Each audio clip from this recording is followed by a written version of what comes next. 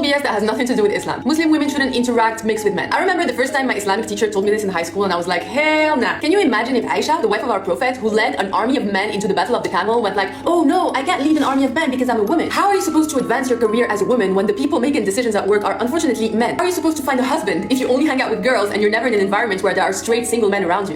You can perfectly mix with men in a respectable manner. And the more you let go of this barrier that men are like this alien thing that way too different or above you, the more empowered you'll feel. This is yet another idiotic misogynistic thought that old bearded scholars sometime made up, and it prevents women from succeeding in life because you're not a sexual object. You're human, and other men are human too. And if some of them sexualize you for no reason, then get away from them, block them. Other than that, Allah said it himself, we created you for you to get to know each other. Mixing between men and women is prohibited. What is ikhtilat? Ikhtilat is when a man can see a woman and sit next to a woman and they are mixing. This is prohibited in the Sharia of Allah subhanahu wa ta'ala, in all 4 schools. But they end up having ikhtilat in the gatherings and even in the mawlids.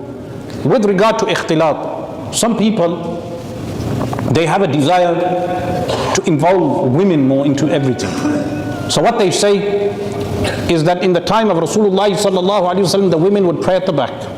So why do we not allow the women into the masjid? They can pray at the back. This is true. They did pray at the back, but please mention additional things.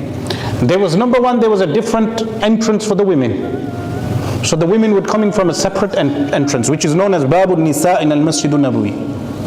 Secondly, why do you not mention that the women would wear burqa, the face veil? All the women would come with face veils. Thirdly, why do you not mention that Rasulullah sallallahu alaihi wasallam said to the men praying at the back that their reward is decreased, and the worst of men are at the back of the rows because they are easily able to observe the women? Fourthly, why do you not mention that Rasulullah sallallahu alaihi wasallam encouraged the women to pray at home? He said you have the reward of jama'ah at home, and when you attend the masjid you only have 1 reward.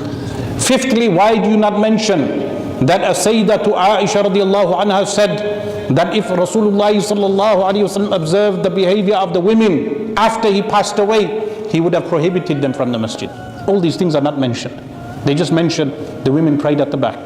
And sixthly, why do you not mention today that the women, they do not wear the burqa, they wear makeup, and they come out with makeup, and they dress in attractive ways, tight clothing? All of this is bid'ah in the Sharia of Allah subhanahu wa ta'ala, not prohibited. Bringing us to another thing, which is that women are prohibited from visiting the graves. This is the fatwa in the Hanafi school. And it is the fatwa in the other schools when it leads to fitna, that the women, that they visit the shrines. All of this is prohibited in the Sharia of Allah subhanahu wa ta'ala. But today, we have Sufi guides that permit women to kiss their hands. We have Sufi guides that will shake hands with women. All of that is prohibited. They say the Shaykh has no shahwa. If the Shaykh had no shahwa, you are insulting him as a man. Having shahwa for women is a praise for a man, not dispraise.